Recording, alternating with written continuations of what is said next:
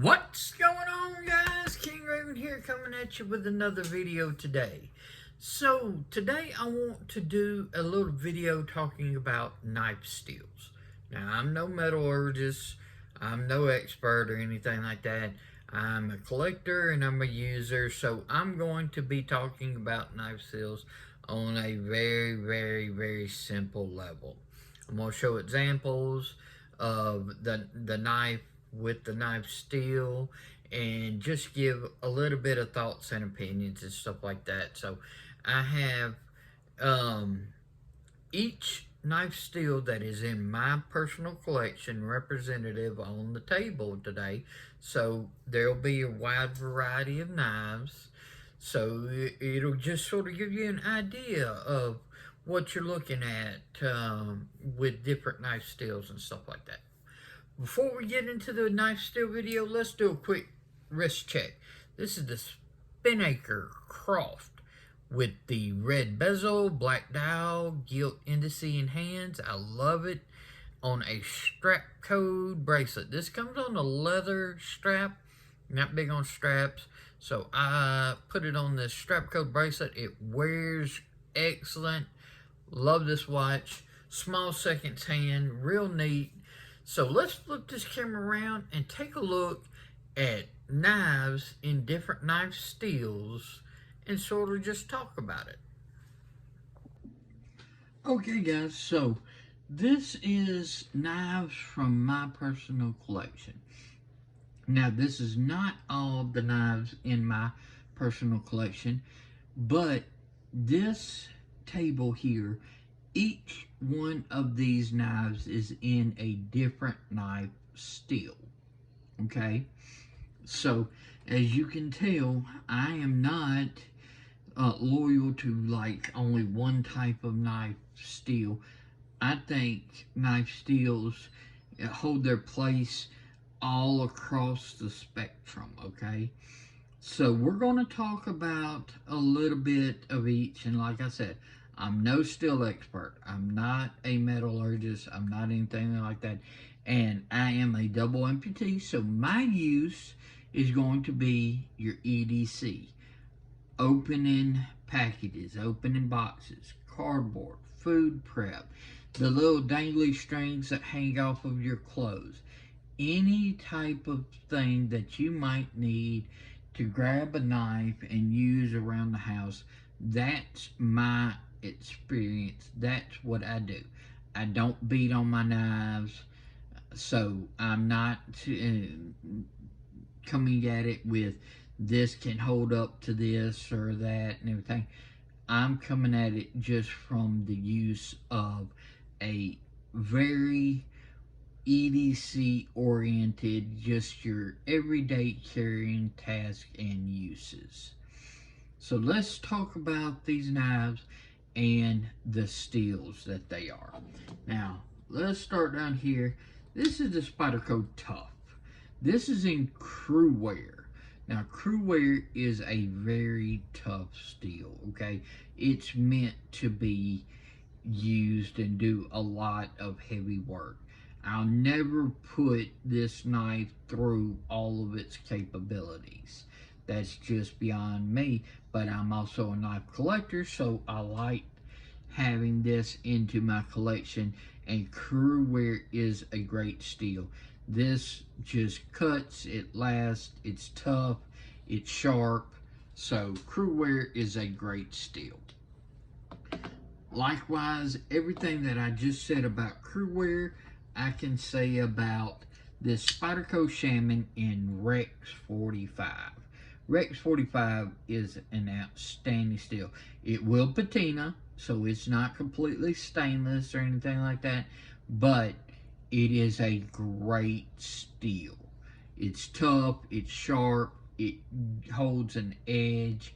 It's just one of those steels to where I know if I pick it up, no matter what I'm going to use it for, whether it's an apple or cardboard, this is going to be handling it with no issues whatsoever.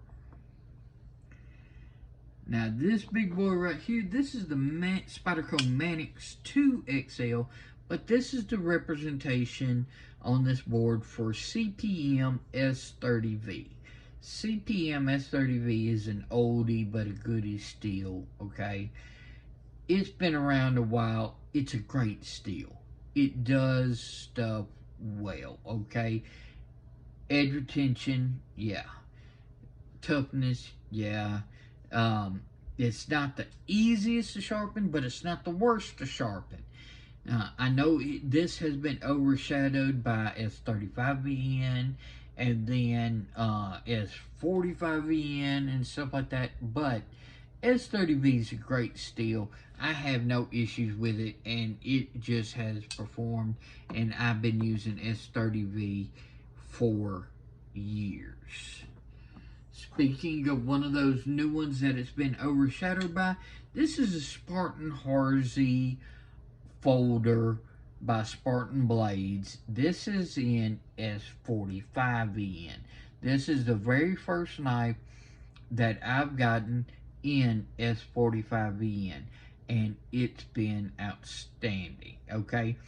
It's got all those good properties of S30V, but it's easier to sharpen. It's been great. I've had no issues. It's held an edge. It's tough. It's not had any corrosion issues. It's easy to just drop back up in place. You know, S45VN is a great steel, and I can see why it is very pronounced up and coming, why Spyderco is moving most of their baselines from S30V over to S45VN. Now, this steel right here, this is a proprietary steel by Artisan Cutlery. Okay, this is in AR RPM 9. Okay, now AR RPM 9 is a powder metal steel, but this is a budget steel. It's a powder metal steel in the budget category. It's outstanding. I've never had any issues with this. Cutting, toughness, chipping, sharpening, stainless, you know, it's just really good and everything. People ask, okay, I want a big knife and I want it in a good steel and stuff like that. This is where I send them. Artisan Cutlery, the 8R RPM 9 tradition, this is where I send them. Okay, so if you're wanting a powder metal steel, but on the budget end, check out AR RPM 9. It's been great. Great steel. Had no complaints of it so far. Now, this is a newer knife on the channel, and it's in a steel that I've not had before using this knife. This is the Heretic Knives Para, P-A-R-I-A-H, Para, okay? This is in LMAX. Now, from the reviews that I've seen and talking with people, LMAX is a tank of a steel, okay?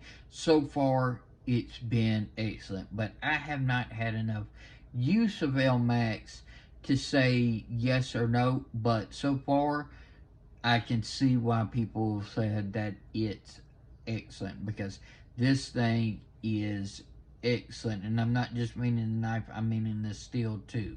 But one neat thing about this Heretic Para and everything, as you saw, I manually opened it, but it's also a side opening automatic knife, okay? It is the only knife in my collection that is a dual operation knife. You can operate it manually or you can operate it automatically.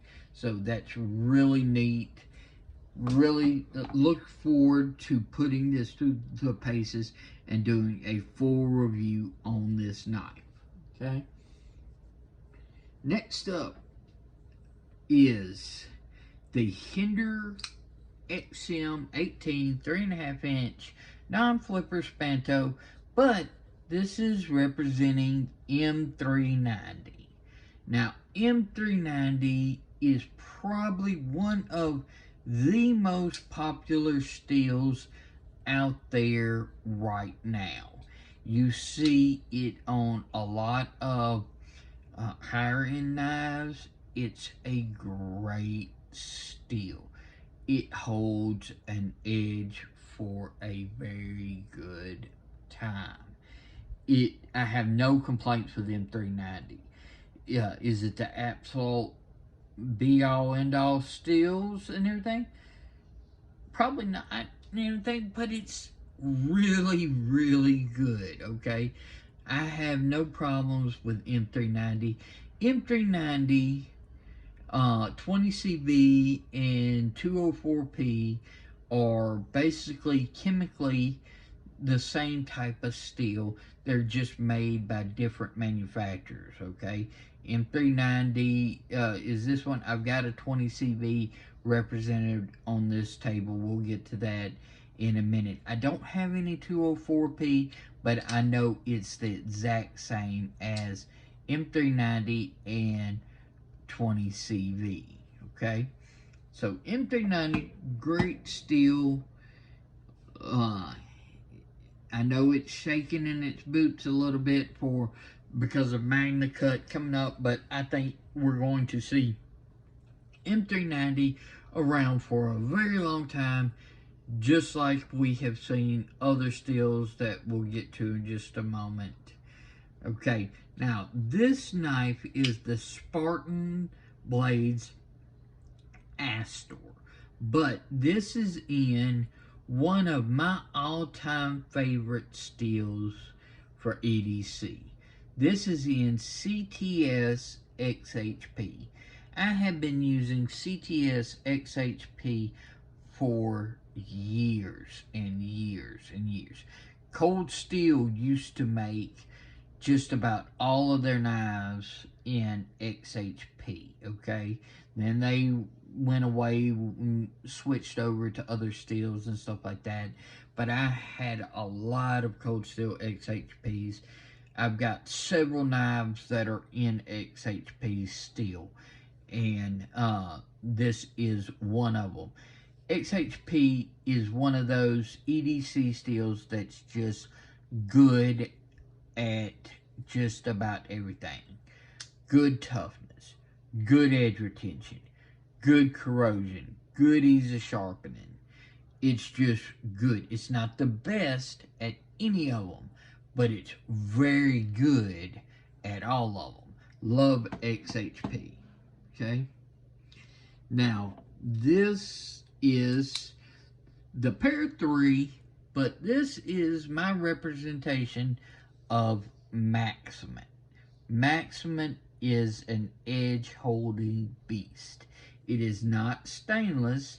This is patina, and I've been letting it patina naturally, but Maximum just cuts and cuts and cuts and cuts some more. I have only had to strop this knife. I've not had to sharpen this knife since I've gotten it. This Maximum is just a beast of edge retention steel. It's not the toughest steel, but it is a great steel, and it's not the easiest steel to sharpen neither, but as far as you won't have to sharpen it very often. Maximum holds an edge. At least in my task and experience, Maximum is just one of those things to where I have not really made this knife dull at all. I've just sort of stropped it back up a little bit. moving on. This is the Spyderco Paramilitary 2, sort of like the bigger brother to that Para 3. But this is the representation for Cpm S110v. I know a lot of people do not like S110v because they say it's very chippy. I have not had that experience, okay? I've had no experience, but I'm not doing a lot of tasks that I have to worry about a knife steel being chippy, okay? Mine is, cardboard, packages, food, stuff like that.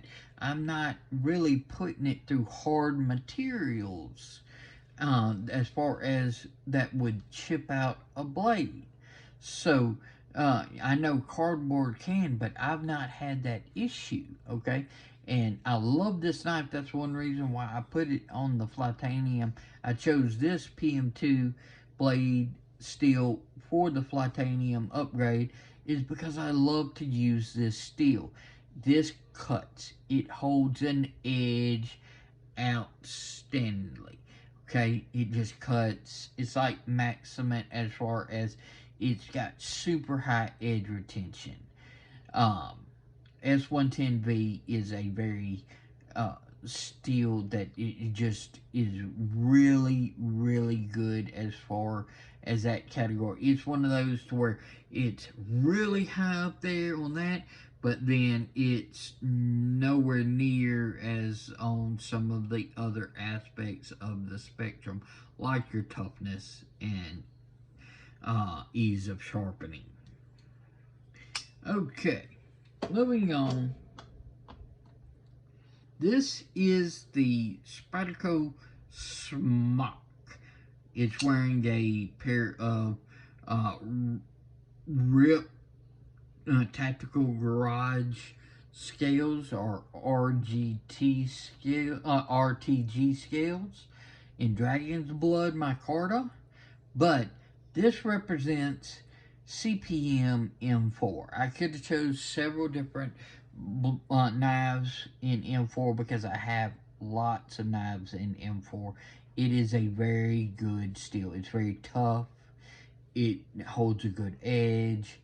It just works all day long. I have no problems with M4. It's one of those very tough style steel. It's not completely stainless or anything like that, but just like with a lot of these other ones that are not that stainless, just take care of them, put a little oil, or keep you a tube of flits like I have. If you have one of those little brown specks that creep up, just put a little flits on it, polish it out, and you'll be good to go. Okay? So Cpm M4, great steel. Alright? Now, this knife right here, this is a newer knife as well, so I have not had a lot with this particular knife, but I have experience with this steel. This is the Damn Designs Gen XL, but this is running 14C28N. Now, 14C28N is probably one of the best budget steels that you can have out there. It's one like XHP. It just does everything very well. It's not the best at anything, but it does everything well. Sharpening, toughness, edge retention, corrosion, all this stuff. It does stuff very well. I love 14C28N. It is probably one of the best budget-oriented steels, but even saying that, I'd take 14C28N on a lot of knives. I have no problem with it. So it's not just a great budget steel, it's just a great flat-out steel. Alright, now this is the off-grid knives Cayman EDC. And this is representing an oldie but a goodie. This is D2. Now, I know we're going to get the D2 haters coming out, and we've got a lot of people who love D2, I have no problems with D2. D2 is a very good steel, okay? And you do see it more along the lines in the budget line now. But D2 is a great steel. I have no problems with it. It cuts good. It sharpens good. Keep your little thing go flits around, and you won't have issues with like the rust problems and stuff like that. D2, great steel. This is just echoing some of that stuff. This is the Demco Knives 80-20.5. Now this is a $150 knife, but it is using AUS 10A. And I know this knife has caught hell because it uses AUS 10A. I don't have a problem with AUS 10A. It's good. It's a good steel, okay? It's not the best steel, but it's a good steel. Takes a good edge. It does great. It's got decent as far as edge retention, decent as far as toughness. It's just a good steel. I have no problems recommending AUS 10A. I know a lot of people did not like seeing this knife in AUS 10A. I had no problems with it whatsoever. I've used AUS 10A on several knives. It's a great steel. AUS 10A is just good and everything. It's not the best, but it's definitely not the worst. I would take AUS 10A on lots of knives and not have a problem with it whatsoever. Alright, now we're getting into the Ferrum Forge Crux. Now, the Crux is representing S35VN, okay? And S35VN is a steel that's been around for a while. It is very well proven. It's a great steel. It does stuff really well. I know it's starting to get overshadowed by S45VN and stuff like that, but S35VN is a steel that is still just as super as when it first came out. It does the job and it cuts. It does everything very well. It's not the best at any, but it does great. No problems with S35VN. So if you're looking for a knife as far as an EDC knife and you see it's in S35VN, go for it. You won't have any issues, okay?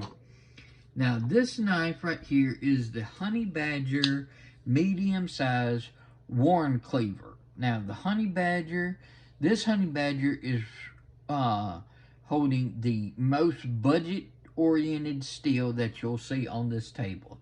This is Hcr13 Mov. Hcr13 Mov is not the best steel, okay? It's fine, especially at this price point, okay? It allows somebody to get into knives at a reasonable price point and it be a fine steel. It's easy to sharpen. It cuts. It holds an edge as far as, you know, when you sharpen it. It takes an edge. And then it's easy to bring back up to that edge. Okay? I send people this way, especially new people to knives. Okay? Hcr13 Mov, not the best steel. Decent beginner's steel. No problems with it whatsoever. I actually have a couple of knives in Hcr13 Mov. It's one of those that is one of those kick off your collection, and it also, not only is it a good beginner steel, but it's a great beater steel. You can just keep this and hand it to whoever you want to, and you're not worried about what they're going to do to it. Next, we have the Hogue Deca. This represents 20CV, CPM 20CV. This is just the different manufacturer of M390, okay, just like 204P. Chemically, basically the exact same. It's the manufacturing, where it's done, and who it's done by.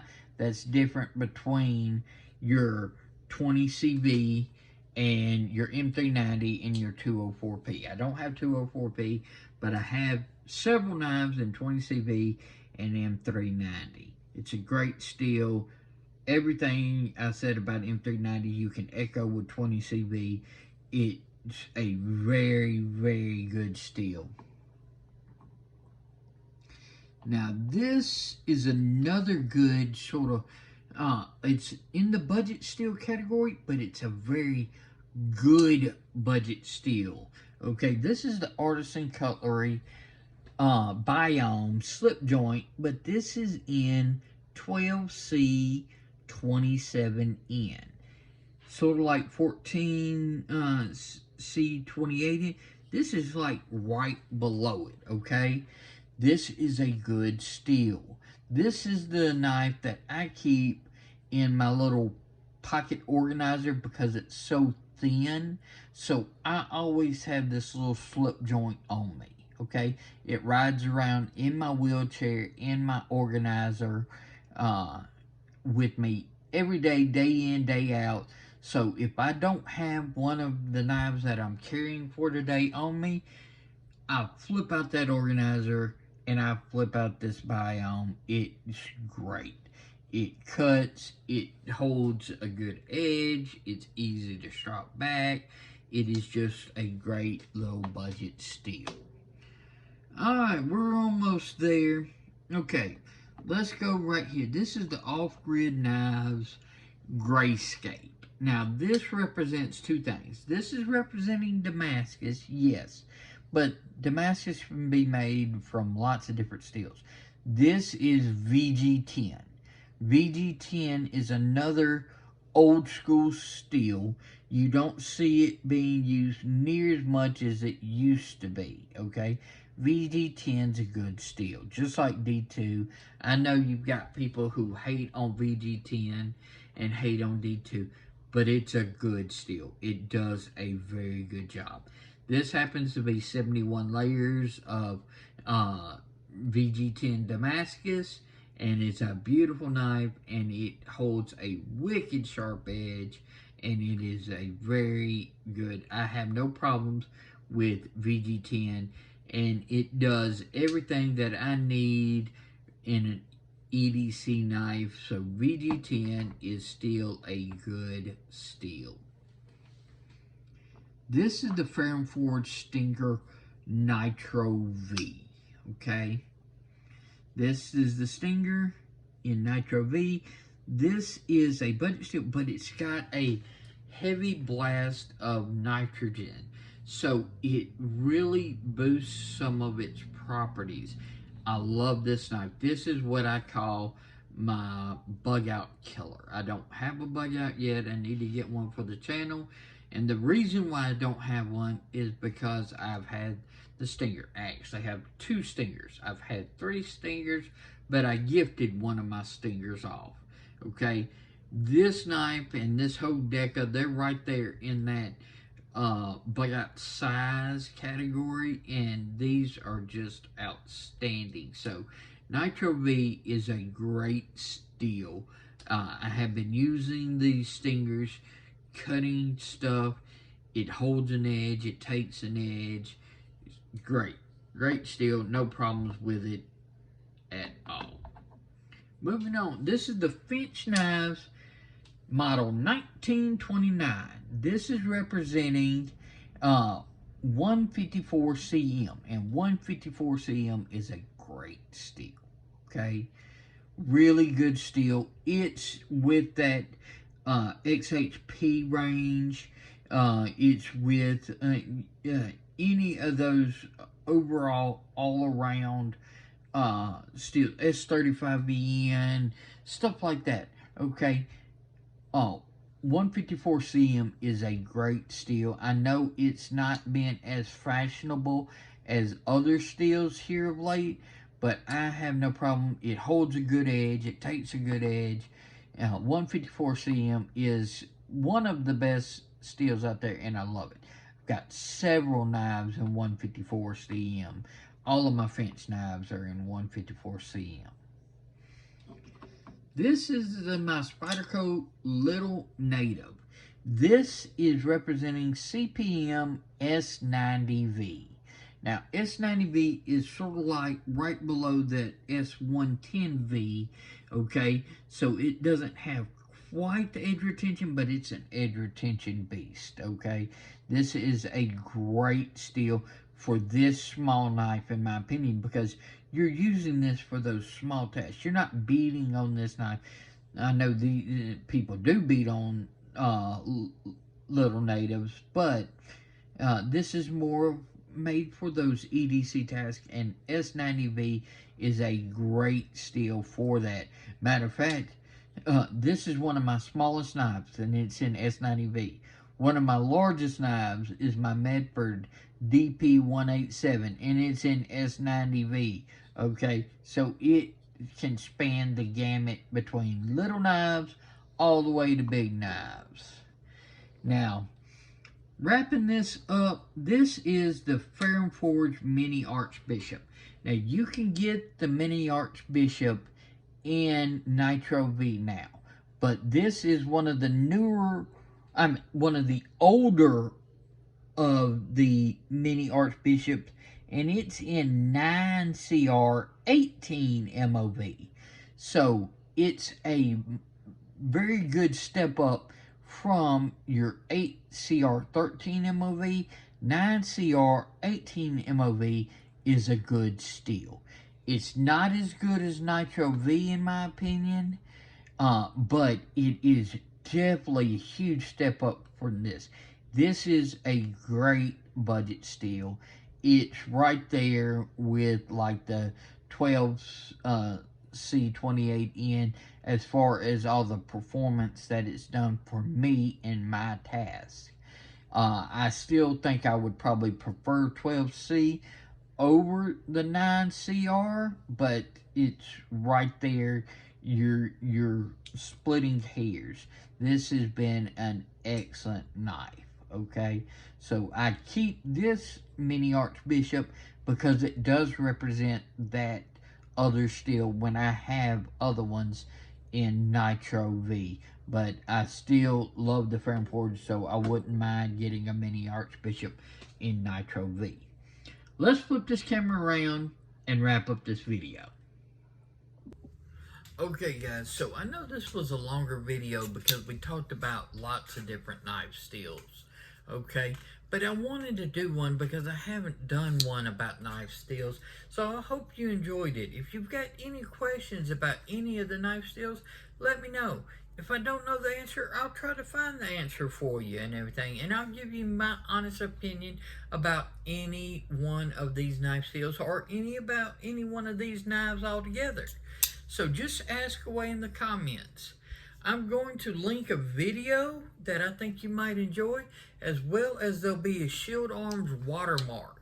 Just click that little watermark and you'll automatically be subscribed to the channel. I really do appreciate each and every one of y'all watching. Comment with your questions. I'll be glad to help and glad to ask and answer any one that you ask. Y'all follow me on Instagram at Shield Arms. Y'all be safe out there. I'm King Raven, and I'll catch you in the next video.